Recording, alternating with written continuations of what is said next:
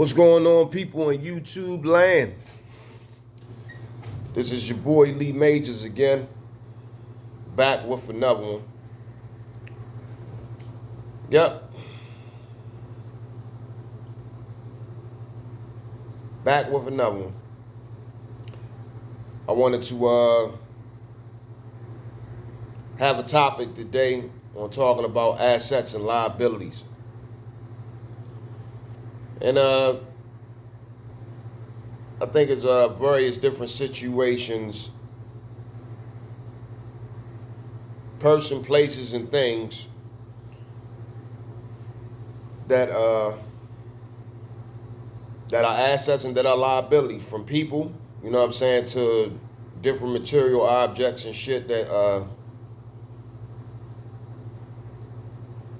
people possess, people possessions, the people you have around you, all of that. I will say that when you look at everything, just give me 1 second, I'm gonna walk to the refrigerator.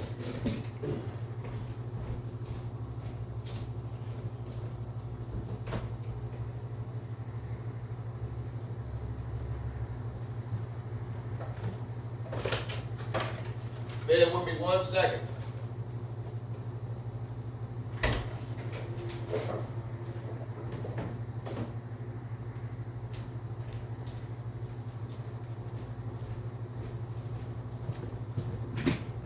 Yo, I wanted to say, I had to go get my C4, you know what I'm saying, energy drink. By the way, yeah, if you ever go to your local Safeway, and I own stock in Safeway, and that's why I'm doing this. When you go to the Safeway or whatever, you get this C4 energy drink, 0 sugar calorie or whatever.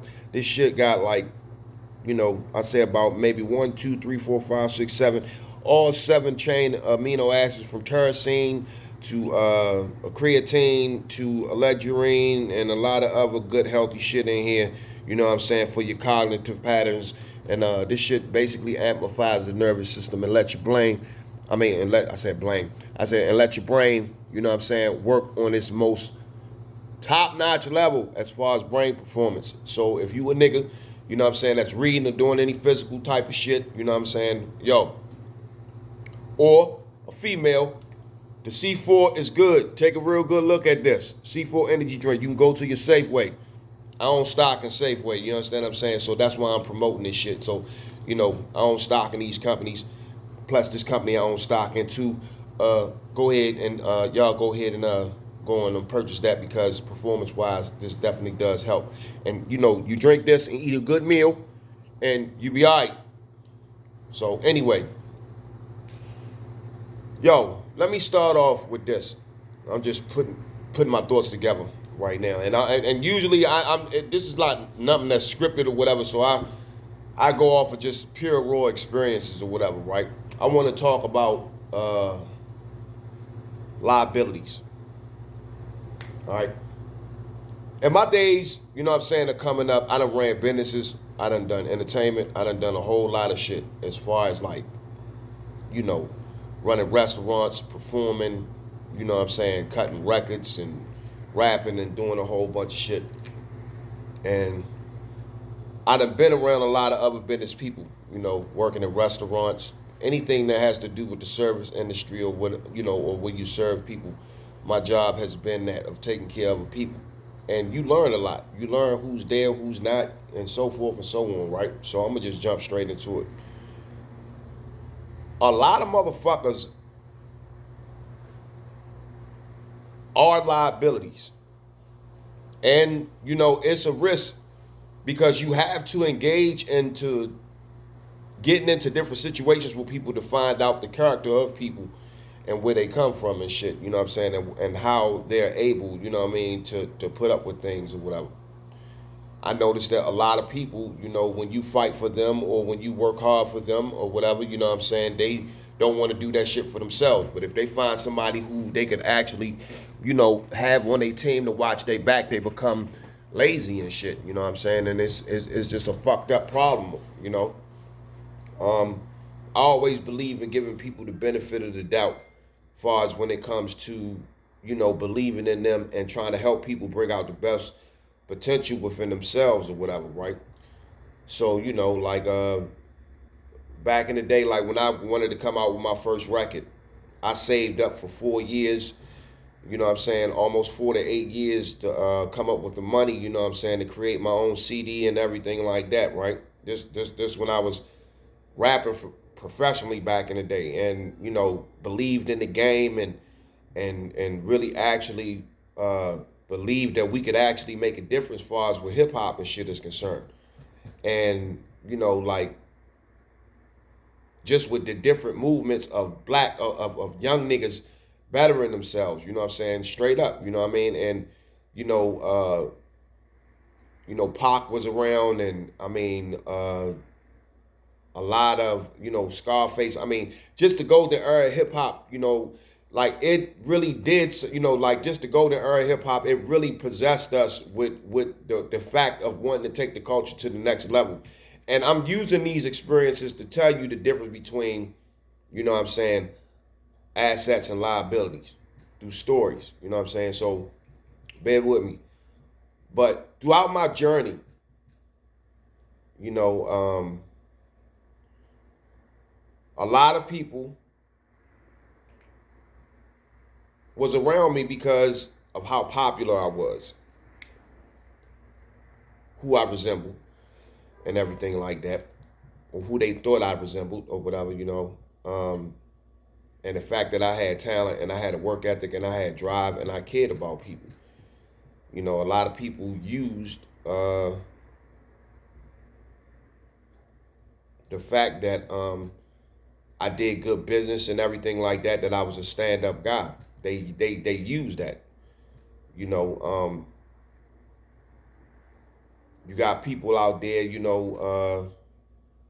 who, when I was up, they was around.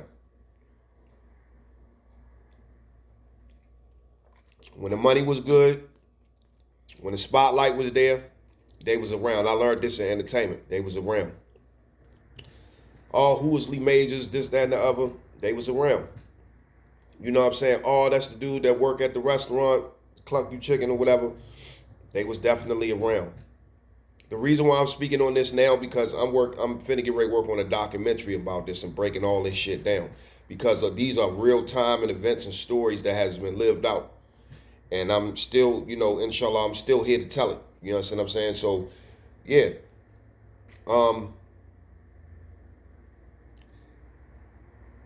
I had certain partners, and I'm not going to disrespect them or say their names. Guys who I broke bread with, that we are no longer friends. You understand what I'm saying? Or they no longer around, or niggas just went their separate ways. But it was a lot of things that I did for a lot of my homies, who were my homies at the time, and I'm not taking nothing away of how they felt at the time. They was in the movement that benefited off of the things that I did. But low key was in competition with me. I didn't even know that shit. Some of the time you can have people in competition with you, and they'll, be jealous and envy of you, and in competition with you, and you wouldn't never even know it. And the whole time, these niggas is supposed to be your brothers. These niggas is supposed to be your brothers, and these niggas you broke bread with, And it'll be certain situations and times where their true colors will come out. And that's only when the time where you start to realize when they can't benefit from you no longer, and they get something, or they get enhanced, or they augment themselves to a better situation than what the ones, excuse me, y'all, the ones that they was in with you, you'll see who will be around. You'll definitely see who will still be there, or who would just, how you ever had those situations where you had a homie who you was tight with and y'all ride or die, but then something happens, and just out of nowhere he kind of swivel his way away from you. That shit like that, that's niggas, who no longer feel as though that they can benefit from you. They don't keep it real and come to you and be like, yo, I feel as though that I could do better on my own or whatever. I appreciate everything that you done. but I'm gonna go ahead and take my own way. They'll just, on some low key shit, just stop talking to you, walk away from you or whatever like that. And after everything's said and done, when they slowly see, you going through your turmoil or you need help or whatever like that, they'll shy away from you. They won't even come to your aid and help you. They were like, oh, well, we got what we got from this nigga or whatever, and we rolling the fuck on or whatever. You know what I'm saying? I learned that in the entertainment business. I when I came up in the game, I really truly thought that you could make a difference. And in some parts you could. But between business and like the politics, it was crazy, man. It was definitely crazy because like when you hot, you hot. When you popular, you popular. And people always want to be around a popular person. People always want to be around a person that got the shine on or whatever, right? But these other people want the shine too. But the thing is that they didn't work hard for that shine. They didn't put as much as you did in. For only those, who shine or whatever, sacrifice a certain amount of hardcore work ethic. They put up a certain amount of money and different things like that. They put everything on the line because they believe. You know what I mean? And these people wouldn't be attracted to you in the first place if you was not like that. But they want to sit in that seat that you're earning. They want to sit in that seat. So I noticed that. So I noticed like a lot of the people that would surround themselves with them, they had me around because, okay, Lee Majors was popular or whatever, and that was just that. Whether it was local or international, whatever, popularity is popularity. And you see how people are, okay, well, yeah, you know what I'm saying? Yeah, I'm rolling with him and this, that, and the other. The whole time they want to be just like you, but don't want to put or go through the pain that you go through in order to earn that status just like you. So they want all of the accolades of sitting in that seat. And I call it sitting in the king's seat. But they don't want to put in king's work. And I use example as king because anytime when you have, and this is the liability part, anytime when you put up so much and people are there to help you with your situation, but want your position, but don't want to work as hard as you, they're people with liability. I had a partner I worked with for 20 years. That nigga is a straight, he straight cutthroat ass nigga, man. Straight cutthroat ass nigga. Showed his loyalty, ain't taking nothing away from his work, but in the end, a motherfucker shows true colors. When niggas get power, it enhances the asshole that they are automatically. So we had a falling out, you know what I'm saying? And we had some disagreements or whatever. Never did nothing to him. A lot of the stuff that he did do, most niggas would get punished or he would get shot over. I know his mama. You know what I'm saying? I respected the fact, even though I may have said shit to him what he may deem to be threatening, but nigga, if we spoke over the phone, if he was in my face, I would have punched the shit out of him. We'd have been fighting like shit. I wouldn't have done anything to him, you know what I'm saying, to take his life. But when men get into arguments, shit like that happen. Motherfuckers will put hands on each other if the argument is not controlled or if greater restraint is not held on both sides. When men had disagreements, one must get handled. There will be an exchange. But at the same time, we always managed to talk things out. It was just that he was the type of nigga that was so driven in his emotion. And that's another thing too, that hanging around emotional niggas that act like females is a liability. Because he act just like a fucking girl when it came to certain shit. And that's because he a mama's boy. So it was just like, yo, would nobody give this nigga a chance? You understand what I'm saying? And the niggas who he did hang around, other niggas used to whore the shit out of him. And he know who the fuck I'm talking about. And I'm not even going to say his name. But he's doing fine now. And it's been a minute since we actually talked. But even still, I'm not going to take away the 20 years of work that we actually did together. You know what I'm saying? It's just that, it come to a point where he felt as though that he wanted to go on his own, or if he felt as though that I was shadowing him or whatever. But I listened to plenty of his interviews, and he used to like, I always wanted to be the man. Niggas will always come out and tell their true feelings on what they want to be. And I always pay attention to motherfuckers' actions.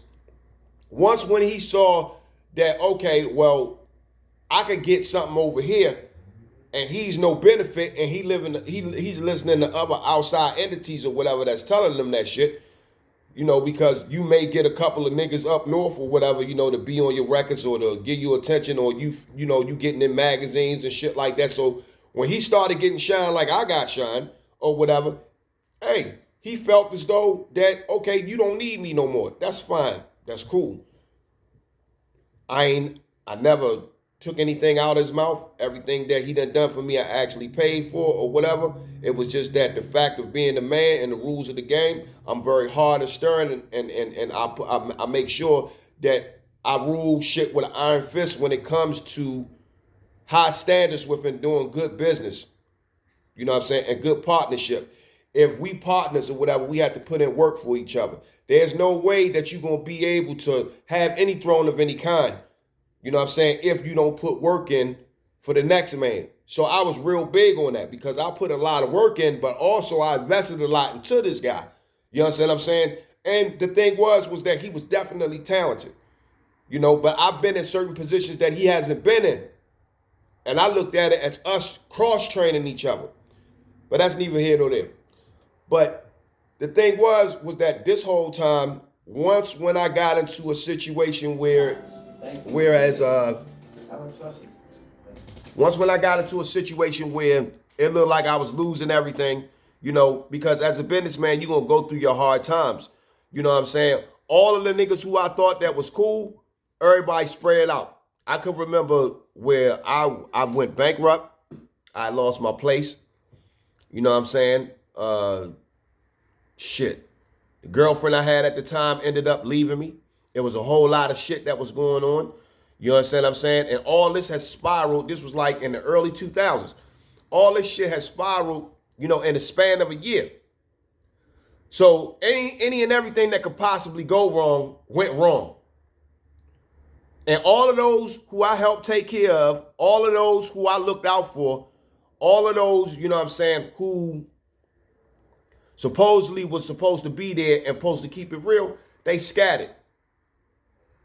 Or they gave some shitty ass excuse on why, on why they wasn't, on why they was, on why they wasn't there. You know what I'm saying? And when you look at these situations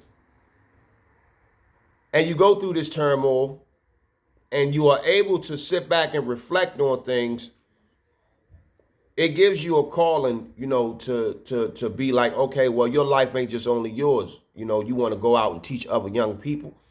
So that's why I created this channel. And that's why, I'm going to be on here dropping this game and giving this game for what is, for what it's worth. You know what I'm saying? And